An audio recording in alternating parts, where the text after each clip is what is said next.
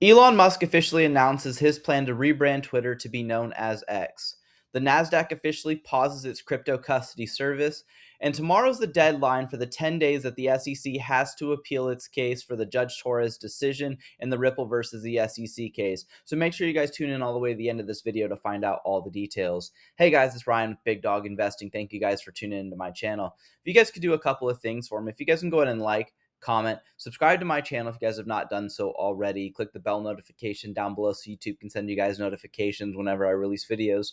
Watch my videos all the way to the end. And if you guys could, share my videos and share my channel with anyone. I'm trying to grow my channel as much as I can, and I definitely need your guys' help in doing so. Getting started, today's going to be Sunday, July 23rd. The total market cap for all cryptocurrency right now is $1.19 trillion. This is a 0.40% decrease on the day today. Getting into our fear and greed index, we are at 56. We've been hovering around this number for the last couple of days.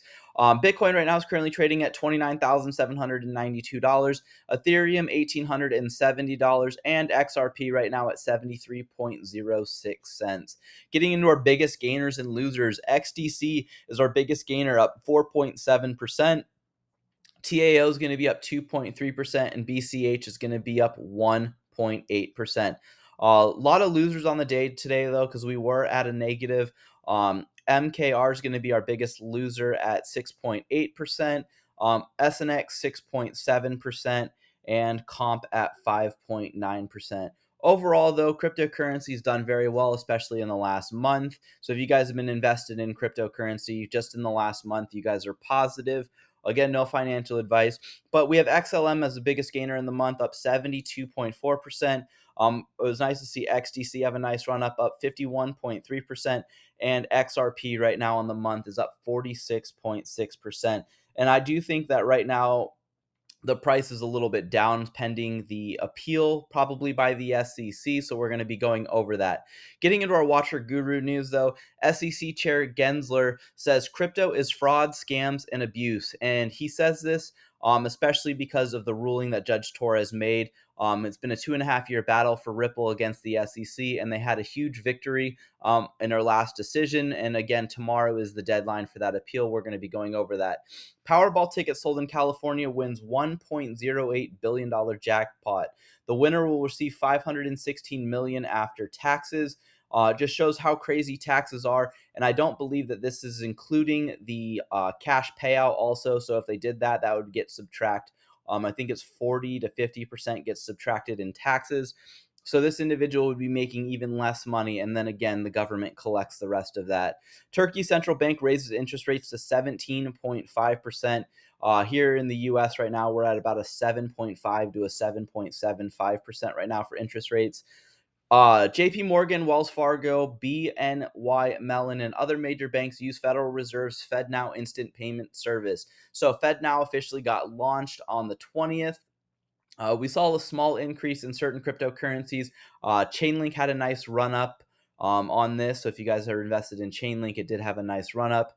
So the Federal Reserve officially launches FedNow instant payment services. A lot of banks are going to be utilizing that here in the U.S.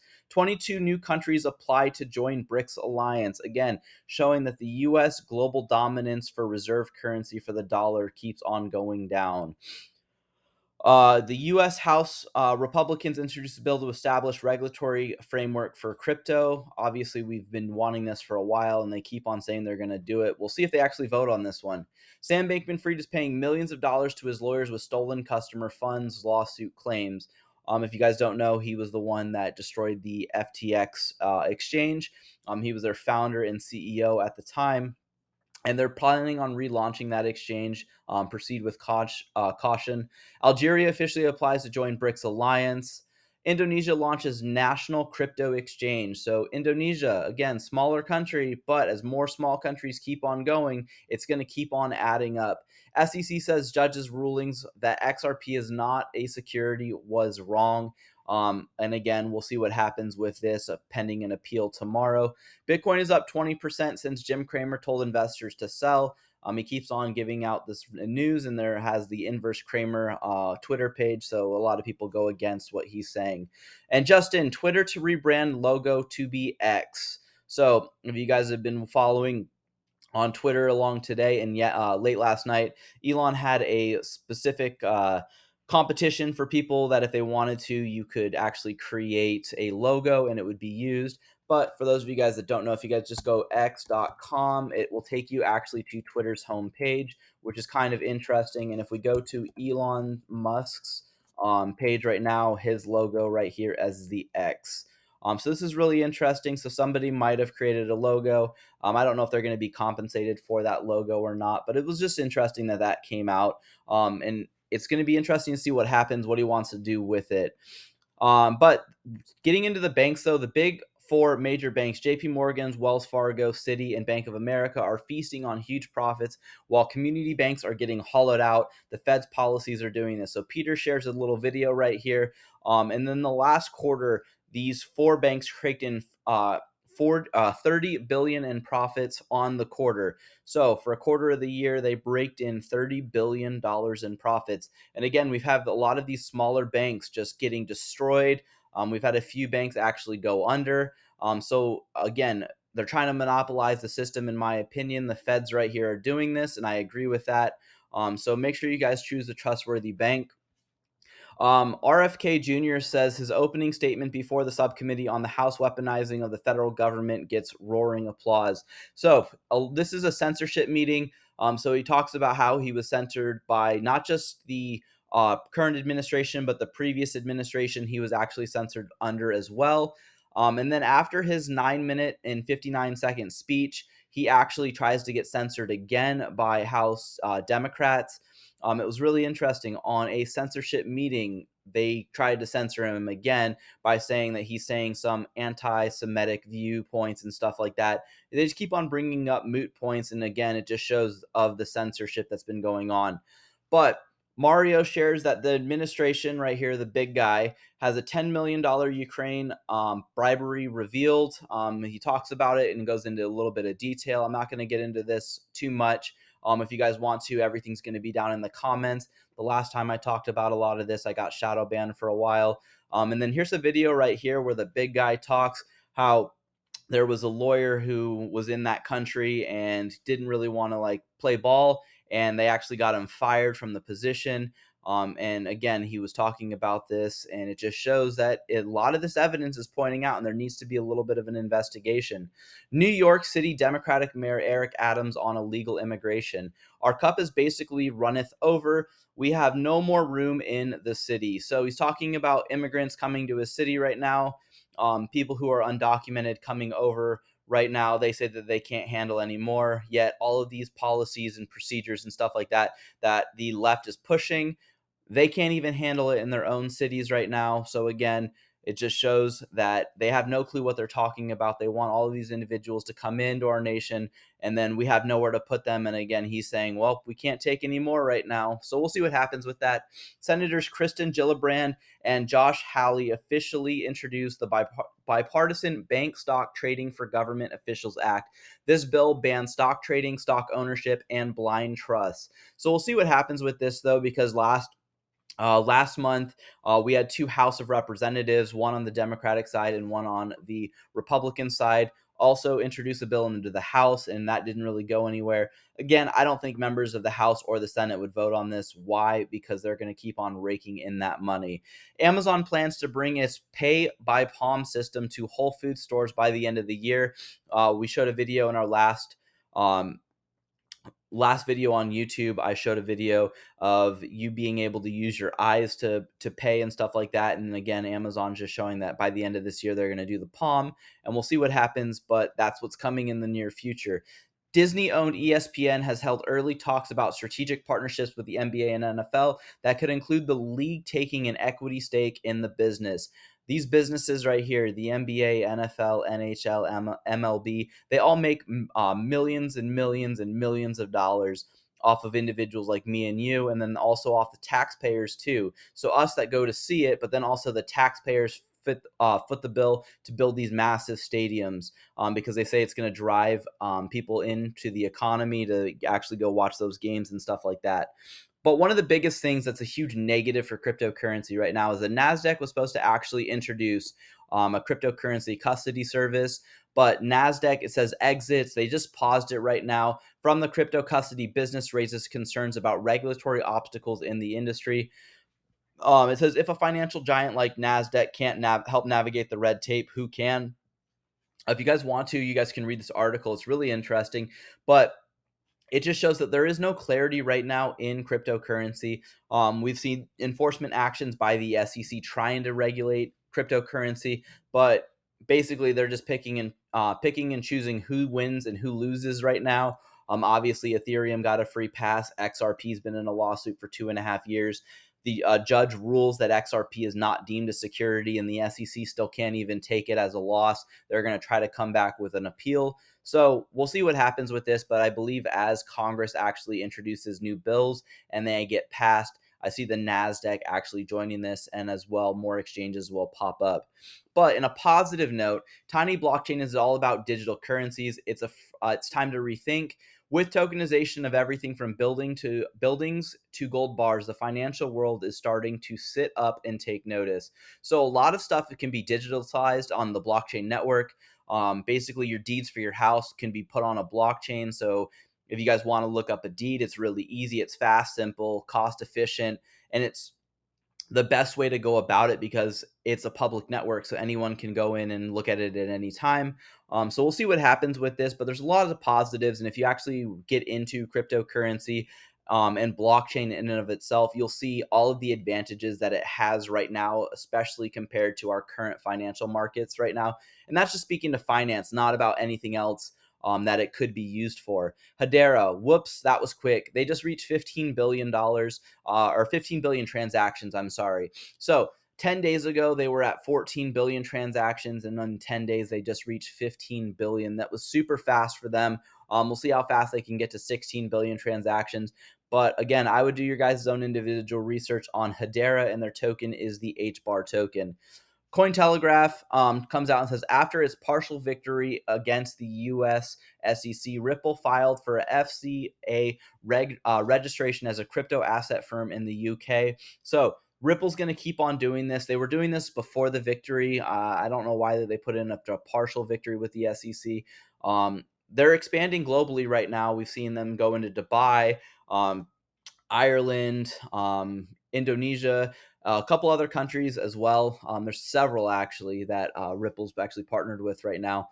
Australia, I believe, is another one. But right now, all of these going on right now keeps on expanding Ripple's business practice, which again will increase, again, no financial advice, the price of the XRP token. Paul Gruhl comes out and talks about the Judge Falia has issued a scheduling order for our Rule 12C motion for judgment on the pleadings. We appreciate the court's prompt attention to this matter. So they're basically just figuring out when stuff's going to be issued and dates. So dates to look out for is August 4th, August 11th, October 3rd, October 10th, and October 24th are the dates to look at for the SEC versus Coinbase. Right now, though, James K. Filan comes out and says in the SEC versus Terraform Labs / Do Kwon case, the SEC files its pleading discussing the Judge Torres' decision in the SEC versus Ripple, in which it states that the SEC staff is considering the various availability avenues for further review and intends to recommend that the SEC is going to appeal this. We'll see what happens if they actually do, but John Deaton says, I predicted long before the ruling on crypto law and on Fox Business that the SEC would lose on secondary market sales and exchanges. And I also said that Judge Torres would address the token itself, declaring it not a security, and that it does not represent or embody a security. The same people who disagree with me are now saying that the judge was wrong. It couldn't be that way. They were just wrong. Judge Torres did not weigh on any other factor other than applying the Howey test. Hard stop. If she had, then she would have erred. The SEC will lose on appeal if they do appeal. Again, tomorrow is the deadline for that appeal. But again, all she relied on was the Howey test, which has 4 prongs, and it did not meet the investment contract prong. So right then and there, based on the Howey test, that's how the judge ruled. So the SEC can try to appeal this, is what John Deaton's saying, but it's not going to work. And the appeal process is very long. I believe a bunch of people predicted that it's going to take another year to a year and a half if the appeal actually gets filed for a ruling on the appeal. So right now we'll have clarity for another year or year and a half on XRP. But Bloomberg Crypto says the SEC asked a federal judge to ignore parts of a recent ruling in the regulatory litigation in Ripple Labs, saying the decision doesn't square up with existing securities laws and that it may appeal. So existing securities laws, again, they only applied Howey test. The judge did, Judge Torres. And again, how does it square up with existing securities laws when there is none on the books for digital assets and cryptocurrency? But that's going beyond. Brad Garlinghouse says an important topic has come up about protecting retail. The SEC has created this mess by proclaiming it was a cop on the crypto beat when it had no legal jurisdiction. Where's this gotten us? Consumers left holding the bags in bankruptcy court, what the SEC holds the press conferences. He also says it's absurd to blame a judge for faithfully applying the law. We all know legislation.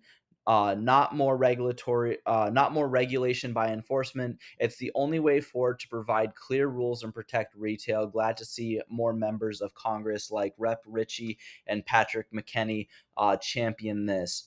But John Deaton says Judge Torres did exactly her job and applied the 1946 test to modern day blockchain technology. Some people don't like the result and call the preverse or backwards. Maybe that's what's happening when applying a 76-year-old test to modern day tech. AI next. That's what the SEC is doing. And again, the SEC doesn't like that this test was done in 1946, saying that they can change different things about this test to make it fit, and that's how they're going to try to change the law in of itself. But for them to change the law, that's not their job. Their job is just to enforce the laws that are already there.